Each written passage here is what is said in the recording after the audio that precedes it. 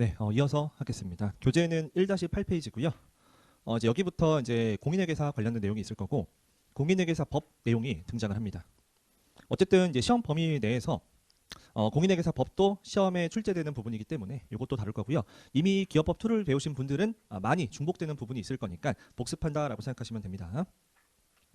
자, 그래서 보시면 제목 자체가 공인회계사의 조직 형태, 직무 수행 형태라고 나와 있는데 여러분들이 지금 힘든 수험생 시절을 겪고 있죠. 자, 이런 수험생 시절은 이제 9월이 되면 시험에 합격을 하고 뭐가 된다? 여러분들은 이제 수습 CPA가 됩니다. 자, 수습 CPA에서 여러분들은 뭘 해야 되나? 수습 과정이 있을 거예요. 수습 과정이라는 게 기본적으로 1년이지만 우리 외부 감사 업무는 2년이다. 기억나시죠? 예, 그래서 1년에서 2년 사이의 수습을 거쳐서 뭐가 된다? 여러분들은 등록 공인회계사가 되는 겁니다.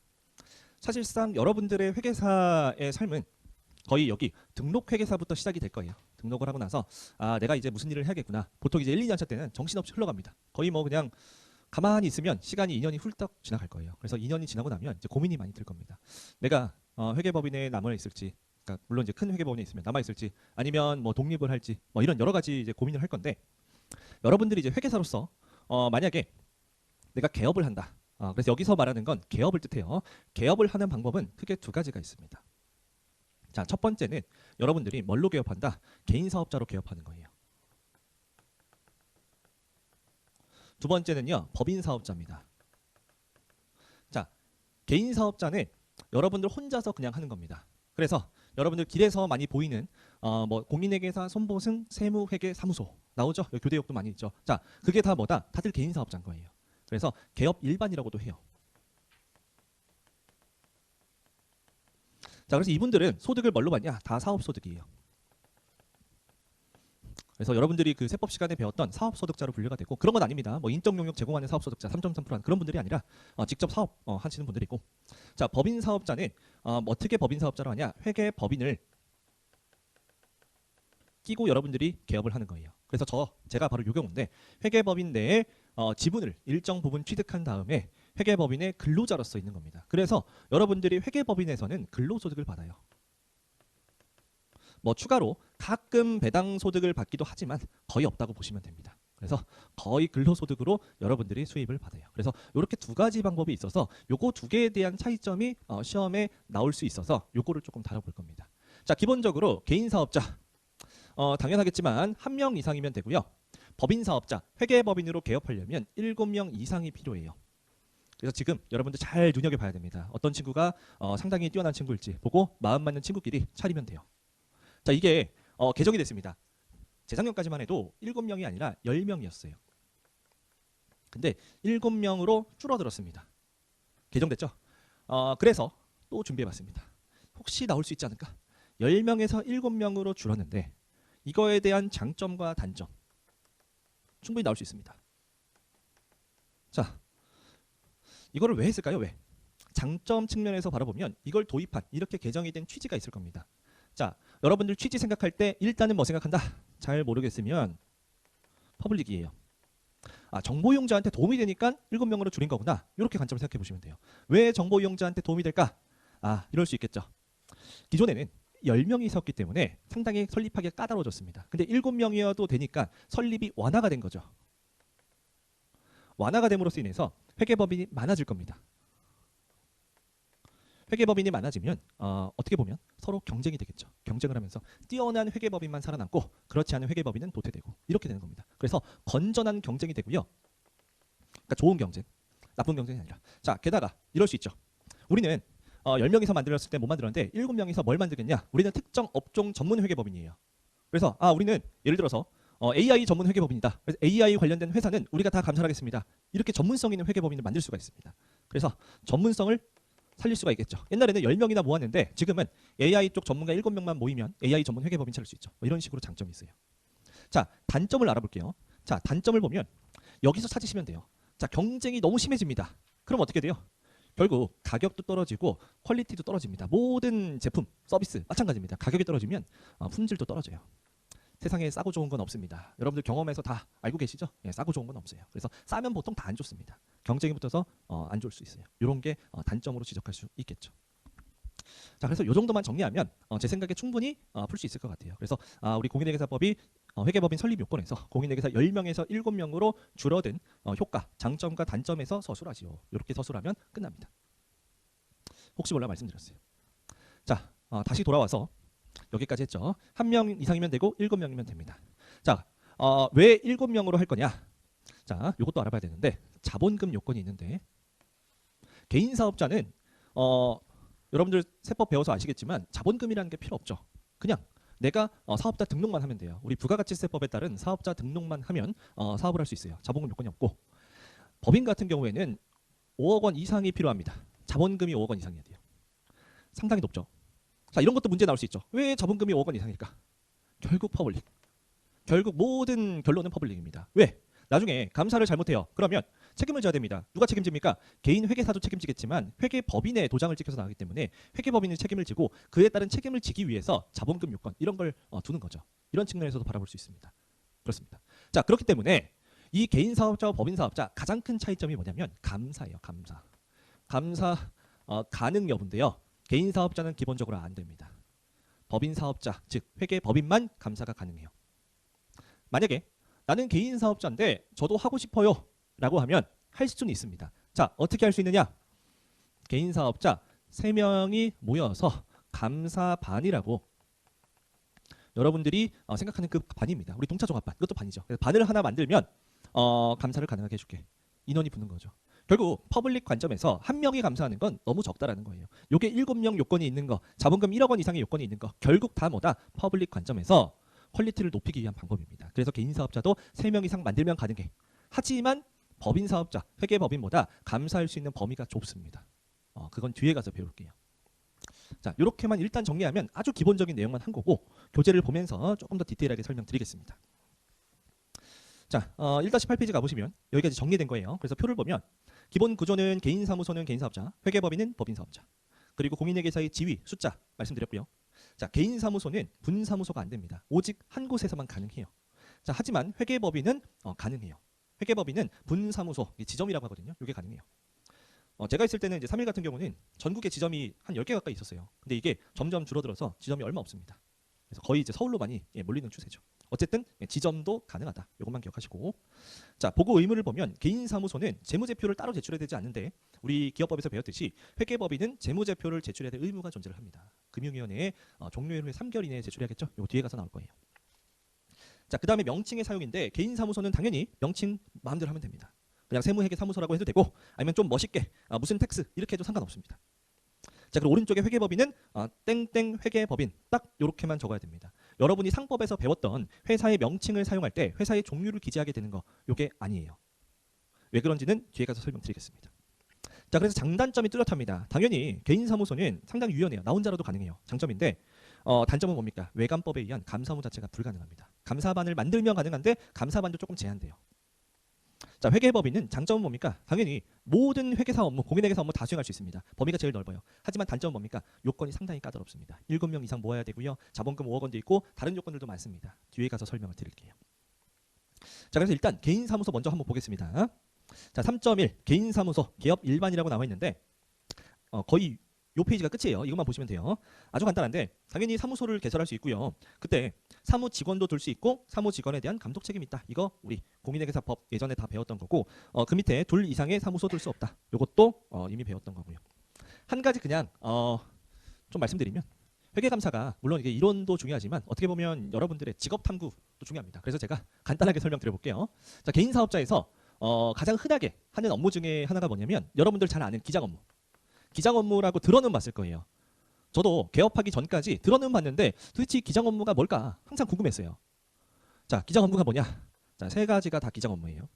첫 번째 회계, 두 번째 세무, 세 번째 노무입니다. 회계는 이미 다 알고 계세요. 뭘 만든다? 재무제표 만드는 거예요. 자, 두 번째 세무, 여러분들이 좋아하는 우리 부가세 신고 아니면 법인세, 소득세 신고 아니면 여러분들이 세법 때 잘 안 배우는 건데 이 원천세라고 해서 이 개인 사업자, 그 개인 같은 경우에는 보통 이제 원천 징수를 하게 돼 있습니다. 그래서 보통 근로소득자는 간이세액 징수표에 따라 하고 사업소득자 같은 경우는 안 하고 인적용역 제공자는 3.3% 하고 이런 거 다 기억은 나시죠? 예. 죄송합니다. 너무 딥한 거 얘기해서 어쨌든 원천세는 기본적으로 매월 해야 되고 뭐 20인 미만은 반기 받아야 되는데 어쨌든 이런 걸 신고해 줘요. 예. 그래서 요게 이제 세보험. 자, 노무업무는 뭐 하냐? 4대 보험 플러스 급여 대장. 그래서 특정 회사가 이런 기능이 없어요. 회사가 작기 때문에 작은 회사들은 내가 회계도 해주고 세무도 해주고 노무도 해주고 이게 기장입니다. 여러분들이 직접 안 해요. 누가 합니까? 사무직원이 합니다. 보통. 그래서 여러분들 개업하면 개인 사무소를 하면은 이걸 많이 하고 저도 물론 하죠. 저도 합니다. 그래서 이게 상당히 좋으면서도 안 좋은데 일단 안 좋은 게 뭐냐? 금액이 좀 싸요. 그래서 월 기장료가 요새 진짜 싸졌습니다. 요새 뭐 3.3도 있고 막 이런 거 되게 많죠. 근데 그런 것 때문에 가격이 낮아져서 한 3만 원도 받았어요, 제가. 예, 3만 원도 있고요. 정말 비싸게 받으면 저 같은 경우 200도 받습니다. 회사 하나당. 그리고 플러스로 연 수수료가 요거 법인세 소득세 하면 연으로 붙습니다. 그래서 이게 한 50만 원에서 한 300만 원? 뭐 이 정도까지 합니다. 그래서 금액이 낮아요. 근데 왜 괜찮냐? 일단 여러분들이 안 하죠. 여러분들은 검토만 합니다, 보통. 예, 저도 지금 그것 때문에 힘든데 검토만 하면 좋은데 이게 모으면 정말 좋아요. 제가 아는 분, 저는 물론 이 숫자 아니지만 제가 아는 분 한 500개 있어요. 이거 500개 모으면 괜찮겠죠? 나쁘지 않습니다. 예. 상당히 쏠쏠해요. 얘도 500개예요. 500개. 예, 괜찮죠? 그래서 이게 기장 업무입니다. 그래서 기장 업무를 내가 진짜 주력으로 하겠다. 개인 사무소 차려도 괜찮아요. 왜? 다른 업무 안 할 거니까. 요것만 500개 하면 상당히 편해집니다. 예. 그래서 여러분들 이것 때문에 뭐 보면은 개업 회계사들 많이 하고요. 단점은 뭐냐면 세무사들이랑 좀 경쟁을 해야 돼요. 세무사는 이걸 많이 합니다. 그래서 세무사분들은 보통 이제 기장을 하면 아주 작게는 이런 카페나 뭐 식당 이런 것도 하고 정말 크게는 법인 이런 거 많이 합니다. 예. 그래서 이게 이제 기장 업무고 여러분들이 이제 진로를 찾으실 때 요거 하고 싶다 하시면 괜찮습니다. 예. 저는 괜찮은 것 같아요. 영업만 잘하면. 근데 보면은 주변에 보면 이런 거 많이 해요. 막 팜플렛 점심시간마다 돌려요. 자기가 만들어서 저는 누구 회계사인데 저희 써주세요. 뭐 3개월 무료 막 이런 거 있죠. 마케팅을 잘하셔야 됩니다. 예. 자, 그렇고요. 자, 그게 이제 기장 업무라서 거기서 말하는 그 사무직원이 다 그런 얘기예요. 네. 자, 그 밑에 두 번째 문단을 가보시면 이 공인회계사는 이라고 할 때 괄호 열고 있죠. 그래서 여기는 그 회계법인에 소속된 회계사가 아니라 개업 일반 회계사만 해당되는 거예요. 그래서 이 경우에는 반드시 뭘 해야 되냐면 거기 세 번째 줄 파란색 글씨 보면 한공회가 회칙이 정하는 바에 따라 운영하는 공제사업에 가입 또는입니다. 엔드가 아니라 또는이에요. 보험 가입 등 필요한 조치를 해야 된다. 그래서 공제 사업에 가입하든지 아니면 별도로 내가 보험에 가입하든지 이렇게 한다는 게 원칙이고 이때 보험 사업은 당연히 1인당 5천만 원 이상에 상응해야 됩니다. 보상이죠. 보상 금액이. 이게 개인 사업자 끝이에요. 그래서 더 이상 할 게 없습니다. 그래서 개인 사업자는 거의 대부분 하는 일이 이거 기장 업무를 많이 한다라고 보면 돼요. 자, 1-9페이지. 여기부터가 이제 진짜입니다. 자, 회계법인 상당히 까다롭습니다. 회계법인이라고 하면은 기본적으로 법인격을 갖고 있죠. 그래서 법인격을 갖고 있는 법인을 설립해야 됩니다. 그래서 이 설립하는데 여러 가지 조건들이 존재를 해요. 그래서 거기 밑에 1-9페이지에 있는 박스를 여기 이제 제가 가져왔는데 기본적으로 회계법인을 설립하면 당연히 5억 원 이상 이게 필수죠. 아까 제가 말씀을 드렸고요. 그리고 아까 말씀드렸던 거 요거죠. 7명 이상의 공인회계사가 있어야 돼요. 자, 그리고 다음 조건 사원과 이사의 수인데요. 사원은 뭐냐? 사원은 우리 회계법인의 주주, 지분을 갖고 있는 사람입니다. 여러분들 유한회사 다 배웠을 거예요. 그래서 유한회사의 사원과 동일한 개념이라고 보면 되고요. 이사도 마찬가지예요. 이사도 우리 임원이라고 볼 수가 있겠죠. 그래서 사원도 3명 이상, 이사도 3명 이상 해야 되는데 그나마 다행인 거 뭐냐? 같아요, 보통. 무슨 말이냐? 지금 보면 이사는 사원이어야 된다라는 말이 뭐냐면 사원이 이렇게 주주들이 있으면 그 중에 이사 이렇게 된다는 거죠. 그래서 이사는 반드시 사원이어야 되고요. 사원은 3명 이상, 이사도 3명 이상이 필요한 겁니다. 이렇게 해도 되겠죠. 회계사 7명에 모아서 7명 전부 다 이사랑 사원 할 수도 있어요. 여러분들 친구들끼리 싸우지 마시고 그냥 골고루 다 이사랑 사원 하셔도 되고요. 아니면 7명인데 그 중에 3명만 지분 투자하고 이사 되겠다. 이렇게도 가능하겠죠. 근데 이건 안 되죠. 나는 지분 투자는 안 해. 사원은 안 하고 이사만 할 거야. 이건 안 된다는 거예요. 이런 건 알고 있고요.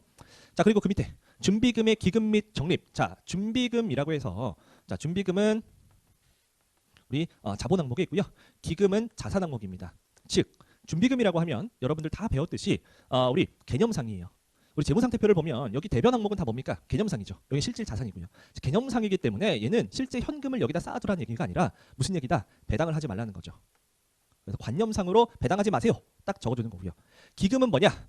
외부에 적립하는 건데 그 외부가 우리 한국공인회계사회 KICPA라는 곳에다가 적립을 합니다.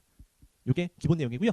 자, 당연히 이거 지금 안 배울 겁니다. 어디서 배울 거냐? 챕터 2 감사인의 자격과 책임. 결국 책임에 대한 내용입니다. 뭔가 내가 잘못했을 때 요 기금과 준비금을 통해서 책임을 배상해 주는 역할을 할 거예요. 그래서 얘가 챕터 2에 가서 배울 겁니다. 그래서 요거는 이런 게 있구나라고 생각하시면 돼요. 자, 그리고 명칭을 보겠습니다. 자, 명칭 무조건 회계법인이 들어가야 돼요. 자, 왜 그러냐면 회계법인은 보통이 아니라 기본적으로 공인회계사 법에 따릅니다. 그래서 여러분들이 배웠던 상법에서 배웠던 주식회사, 유한회사, 유한책임회사, 함령합자회사 다 아닙니다. 뭐다? 공인회계사법에 의한 특수법인입니다. 그래서 예전에 OX 문제로 뭐가 나왔다? 회계법인은 공인회계사법에 의한 유한회사이다. 땡이라는 거죠. OX 문제 나왔어요. 자, 거기 1-9페이지 한번 가볼게요. 자, 일단 제일 위에 3.1을 보면 두 번째 줄에 회계법인은 공인회계사법에 의해 설립된 특수한 형태의 법인이며 공인회계사법에 정하지 않은 사항에 대해서는 유한회사의 규정을 준용한다. 무슨 말이냐? 유한회사가 아니라 특수법인인데 공인회계사법에 없는 건 유한회사의 규정을 준용하겠다. 그렇죠? 그래서 엄밀히 말하면 특수법인입니다. 그렇기 때문에 주식회사, 유한회사, 회사의 종류를 기재하지 않는 거예요. 그리고 반드시 회계법인이라는 글자가 들어가야 돼요. 그래서 저는 이제 현무회계법인이라는 곳에 있는데 어떤 회계법인은 회계법인, 현무 이런 식으로 표시해도 상관은 없습니다. 네 글자가 붙어 있으면 돼요. 자, 거기 있는 표 아까 설명드렸고요. 거기 준비금에 써 있죠. 세부 내용은 챕터 2 참고. 그래서 지금은 설명 안 드릴 겁니다. 자, 그 밑에 OX 문제 풀고 넘어갈게요. 자, OX 문제 보면 자, 회계법인은 공인회계사법에 의해 설립된 특수법인으로서 동법에서 정하지 않은 사항에 대해서는 상법상 주식회사에 대한 규정을 준용한다. 완전 틀렸죠. 유한회사죠. 유한회사도 아니고 특수법인이고 주식회사가 아니라 유한회사를 준용한다. 이 정도가 아주 기본적인 내용. 자, 1-10페이지. 자, 회계법인 내 감사 업무팀의 구성입니다. 자, 여러분들이 회계법인에 처음 입사를 했어요. 여기 입사를 했다고 볼게요. 자, 등록 수습회계사가 돼서 회계법인에 됐다고 가정할게요. 당연히 여러분들은 감사팀으로 갈 겁니다. 다른 팀으로 갈 거라는 헛된 희망은 버리시고 다 감사본부로 갈 거예요. 자, 지금 제가 설명드리는 내용은 여러분들이 상상을 함에 있어서 도움이 되라고 하는 겁니다.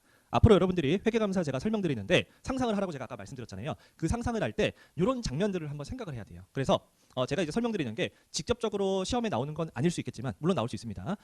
무조건 배워야 되는 이유가 여러분들이 상상을 함에 있어서 기본 프레임을 이렇게 잡아가시면 돼요. 자, 회계법인에 입사를 했어요. 감사팀에 입사합니다. 저 같은 경우도 이랬어요. 입사하면 환영회도 해줄 것 같고 막 이럴 것 같았는데 저는 12월에 들어가서 회사에 갔더니 아무도 없습니다. 아무도 없어요.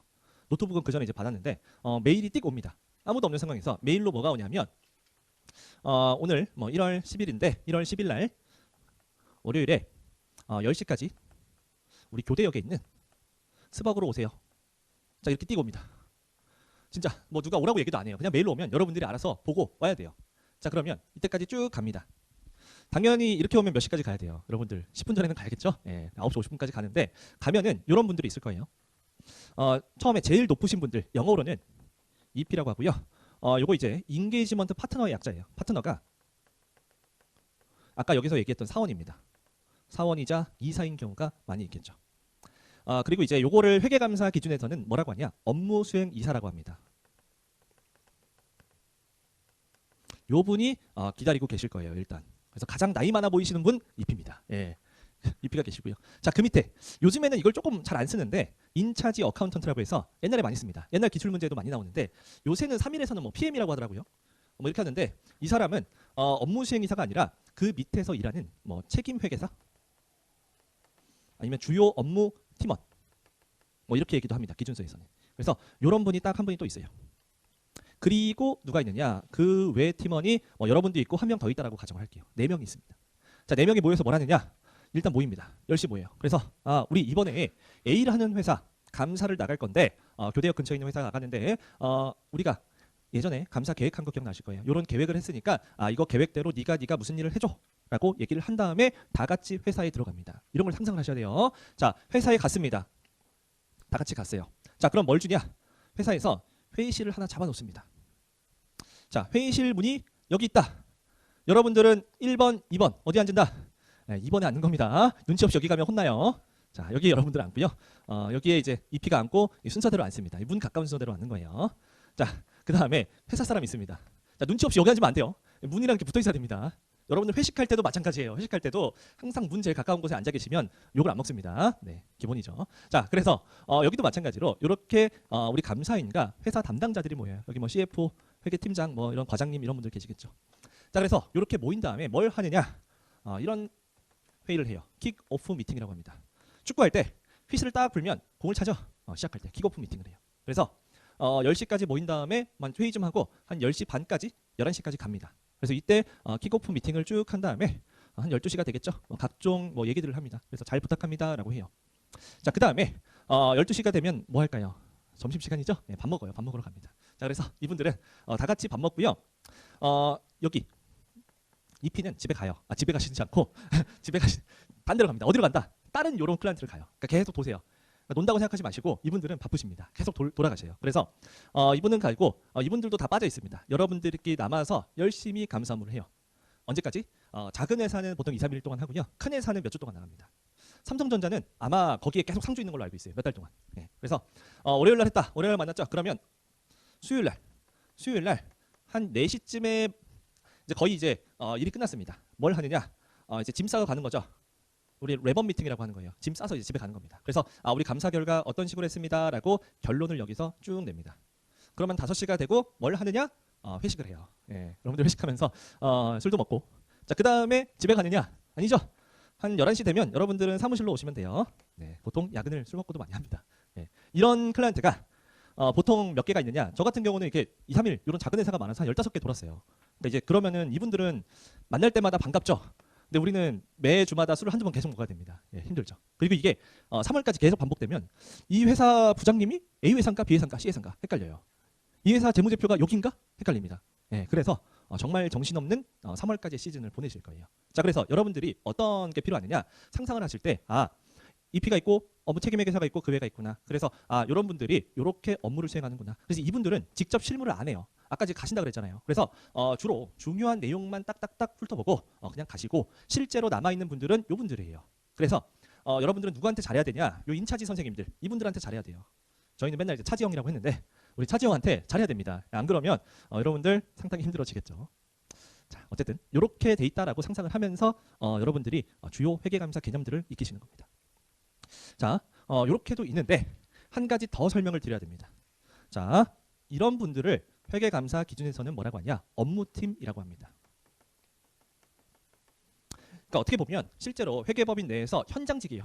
현장에 나가서 필드에 나간다고 하거든요. 필드에 나가서 실제로 일을 하시는 팀이 있고요. 대부분의 팀이 이렇게 돼 있고 업무팀 말고 내근직이 있습니다. 내근직. 이게 어느 팀이냐면 품질관리실이라고 있어요.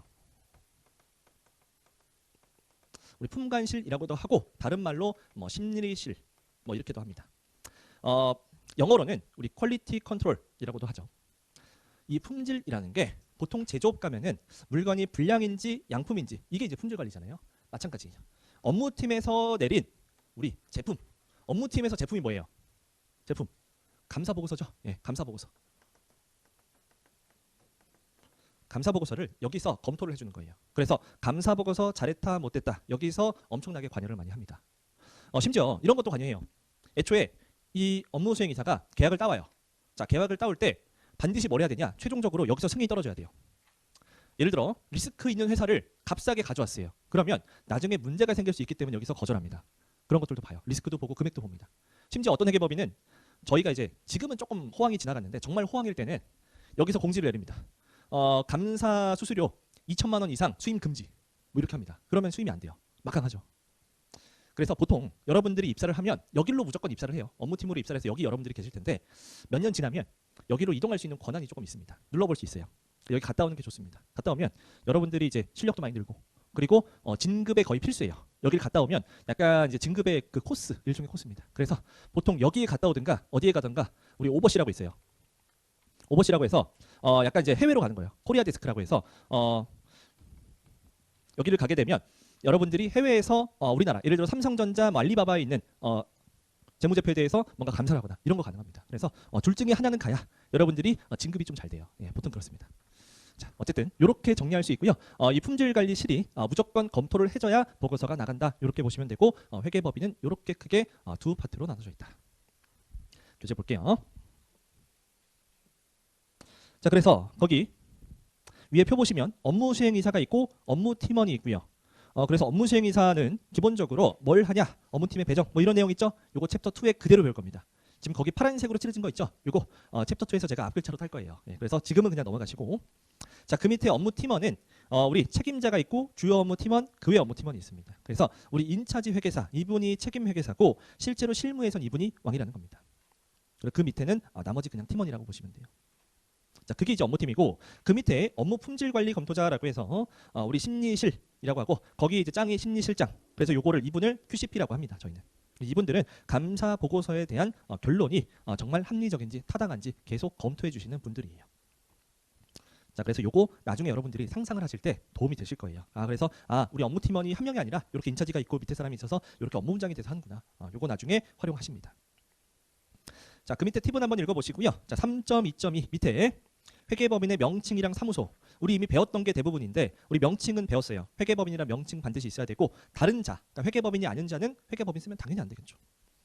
자, 그 밑에 사무소. 아까 얘기했듯이 개인 공인회계사는 분사무소가 안 되지만 회계법인은 가능한데 요거 하나 추가해요. 분사무소마다 몇 명? 3명 이상의 공인회계사가 상근해야 했습니다. 이것도 결국에 취지가 뭡니까? 퍼블릭이에요.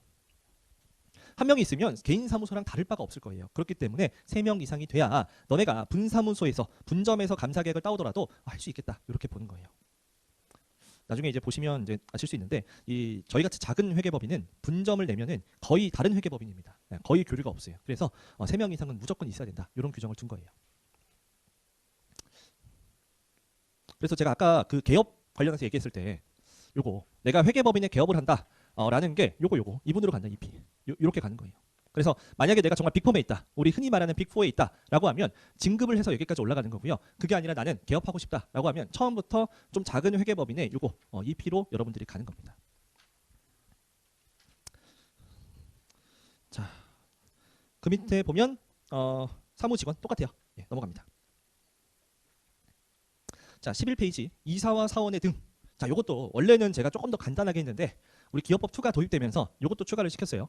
그래서 기본적으로 어디부터 보시면 되냐면 거기 직원 제일 밑에 보시면 돼요. 제일 밑에 보면 1번 회계법인의 이사와 직원 중 7명 이상은 공인회계사여야 된다. 요거를 제가 조금 더 크게 그려드리면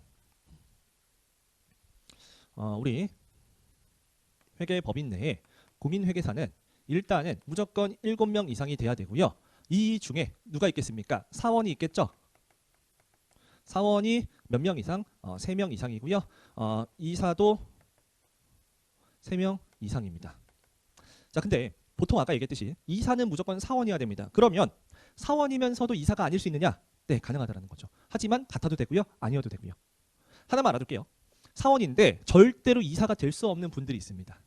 누구냐? 기업법 2에 배웠겠지만 우리 외국 공인회계사 같은 경우에는 즉 USCPA 자격증이 있으면 우리나라 회계법인에 사원은 될 수 있어요. 지분 투자는 되지만 내가 직접 이사가 돼서 일을 할 수는 없습니다. 기업법 2 때 제가 조금 더 디테일하게 설명드렸죠. 10% 이상 안 되고 이런 거 있는데 그렇게까지는 안 나올 것 같습니다. 그래서 요 정도만 그냥 기억하시면 될 것 같아요. 자, 그리고 이사 중에서는 이사를 대표하는 대표이사가 당연히 있겠죠. 이분들은 3인 이내여야 됩니다. 이렇게 돼 있죠. 그래서 거기 보시면 막 그런 얘기 나와요. 거기 직원 쪽으로 가보면 이사가 아닌 소속 공인회사 또한 직무정지 처분을 받고 직무정지 기간 중에는 제외. 그러니까 뭐 직무정지 있거나 이러면은 공인회계사 자격으로서 내가 업무를 수행할 수 없기 때문에 그런 사람들은 여기서 다 제외시키는 거예요. 위에 사원도 마찬가지. 위에 이사도 마찬가지입니다. 사원은 상관없죠. 예, 사원은 그런 내용 없고요. 사원은 보면은 공인회계사여야 되며 수는 3명 이상이 된다. 이런 얘기 나왔기 때문에 외국 공인회계사도 포함해서 3명 이상이면 됩니다. 자, 그 밑에 이사를 보면 이사도 마찬가지로 3명이고 이사는 반드시 사원이 되고 이사가 될 수 없는 자 쭉 읽어보시면 됩니다. 사원이 아니면 당연히 안 되고요. 외국 공인회계사 아까 안 된다 그랬고요. 직무 정지 받은 경우 업무 수행 불가기 때문에 안 되고요. 이런 내용. 맨 밑에는 모르셔도 됩니다. 자, 4번 회계법인에는 3인 이내에 대표이사를 둬야 된다. 대표이사는 3명 이내에. 그래서 제가 거기 주의 있는 내용 시험에 아주 잘 나올 수 있는 이런 문장을 핵심으로 해놨습니다. 그래서 사원은 이사가 아닐 수도 있는데 이사는 사원이 된다. 그렇죠? 역은 성립하지 않습니다. 자, 됐고요. 11페이지 그 밑에 자본금 등인데 자, 자본금 등이라고 왜 했냐면 자, 일단 첫 번째 줄에 자본금은 5억 원 이상이어야 되고요. 첫 번째 줄 끝에부터 거기 파란색 글씨 칠해진 부분이 뭐냐면 무슨 얘기냐면 자, 너네 자본금을 줄 때 5억 원 이상 무조건 둬야 돼. 그리고 이거를 무조건 유지시켜야 돼. 즉 5억 원보다 떨어지면 안 된다라는 거예요. 뭘? 자본을. 이걸 다른 말로 해석하면 뭐냐? 회계법인은 손실이 나면 안 된다라는 거예요. 손실이 나면 어떻게 됩니까? 퍼블릭 관점에서 보면 손해배상이 안 되겠죠. 자본금이 점점 줄잖아요. 네, 그렇기 때문에 자본 잠식 상태가 안 되고요. 무조건 뭘 해야 된다? 무조건 이익이 나야 돼요. 그렇기 때문에 거기 규정 보시면 파란색 글씨 직전 사업연도 말 재무제표에 자산총액에서 부채총액을 차감한 금액이 5억 원에 미달하는 경우, 즉 손실이 난다는 거예요. 이런 경우에는 미달한 금액을 매 사업연도 종료 후 6개월 이내에 사원의 증여로 보전하거나 증자해야 된다. 증자하거나 아니면 네가 그냥 공짜 무상으로 줘 사원들이. 그래서 손실 나면 보전을 해서 어떻게든 이익이 나라는 거예요. 그렇죠? 그래서 손실이 나도 되지만 손실이 나면 증자해서 어쨌든 자본을 무조건 5억 원으로 올려. 결국 이 규정도 다 퍼블릭 관점에서 보시면 돼요. 손해배상 책임을 져야 되기 때문에 이 5억 원의 규정은 항상 지켜야 된다. 자, 그 밑에 3.2.5 아까 말씀드렸던 거예요. 손해배상 준비금과 손해배상 공동기금이 있는데 이거는 2단원과 하겠다. 넘어갈게요. 자, 이것도 제가 올해 추가된 내용인데 출자 제한이라고 해서 회계법인, 이게 회계법인의 이제 재무제표라고 했을 때 회계법인이 이런 데 투자할 수 있죠. 특정 회사에 FV의 PL, 금융상품으로 지분 투자를 해요. 아니면 내가 직접적으로 뭐 돈을 빌려주는 건 아닌데 보증을 서요. 자, 첫 번째, 내가 회계법인 설립해서 회계법인이 주식 투자한다. 이거 퍼블릭 관점에서 제한돼야겠죠. 왜? 회계법인이 주식 투자하면 점점 회계법인이 갖고 있는 현금이 줄어듭니다. 퍼블릭 관점에서 제한을 둬야 돼요. 그래서 거기 써 있어요. 회계법인은 자기 자본의 20%를 초과하여 타법인에 출자하거나 그러니까 25%를 초과하는 게 불가하고요. 보증도 마찬가지입니다. 보증을 지면 내가 상대가 돈을 못 갚으면 내가 갚아줘야 돼요. 결국 내가 부채가 생깁니다. 잠재적인 충당부채라고 볼 수 있죠. 그렇기 때문에 이것도 마찬가지예요. 10%를 초과하여 타인에 대한 채무 보증을 하여서는 안 됩니다. 그래서 자기 자본 기준으로 간다. 이렇게 보시면 돼요. 자, 거기 두 번째 줄에 다만이라고 나오는데 이거는 그냥 뭐만 기억하시냐? 출자 관련해서는 조금 더 규정을 완화돼 있다. 내가 만약에 자본이 크면 출자를 25%보다 많이 할 수 있겠다. 이 정도만 기억하세요. 이걸 디테일하게 알아보는 거는 조금 비효율적입니다. 그래서 이런 취지만 알아두시면 돼요. 그래, 네가 그래 25% 허들을 걸겠지만 돈이 정말 많아요. 정말 회계법인이 이익이 너무 많이 난다. 그러면 투자해. 이렇게 가는 겁니다. 그래서 회계법인도 다 마찬가지인데요. 3일 회계법인도 마찬가지로 자회사가 있습니다. 3일 그 인포마인이라고 지금은 이름이 조금 바뀌었는데 거기서 이제 각종 회계사들을 위한 정보를 제공해요. 그래서 보통 저도 그렇고요. 모든 개업 회계사들은 그 3일 회계법인에서 제공하는 그 포털 사이트에 가입을 합니다. 저도 그렇고 모든 개인 사업자도 그래요. 그래서 거기 보면은 모든 DB가 다 있어요. 내가 모르는 내용이 나왔다. 거기서 검색을 합니다. 보통 그래요. 그래서 월 55,000원씩 내고 저도 이용하고 있습니다.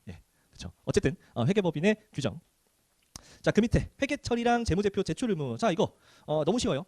회계법인은 무조건 재무제표를 누구한테? 금융위원회입니다. 금융위원회에 3개월 이내에 제출한다. 이렇게 보시면 돼요.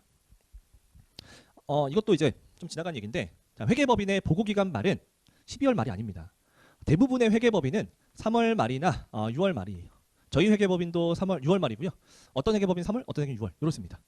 왜 그러냐면 그런 거예요. 중이 제 머리 못 깎듯이 1, 2, 3월에 정신없는데 저희 재무제표까지 만드는 건 너무 힘들죠. 그래서 대부분의 회계법인, 전부라고 보시면 되는데 모든 회계법인의 보고기간 말은 3월 또는 6월입니다. 그래서 6월 말 또는 9월 말까지 재무제표를 금융위한테 제출해요.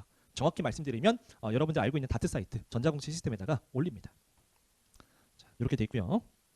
자, 13페이지 가보셔서 이것만 보고 점심 먹겠습니다. 자, 3.2.8 구성원에 대한 규정이에요. 자, 경업금지입니다. 경업금지라는 게 내가 회계법인의 경쟁이 되는 일을 하지 말라는 거거든요. 그래서 회계법인의 이사도 마찬가지고 소속공인회계도 마찬가지고 모든 구성원들이 다른 회계법인에 가는 거 절대 안 되고요. 그러니까 동시에 진행하는 게 불가능하고 당연히 내가 개업하는 거, 별도 사업소득자로 사업자 등록하는 것도 불가합니다. 다 제외 다 안 됩니다.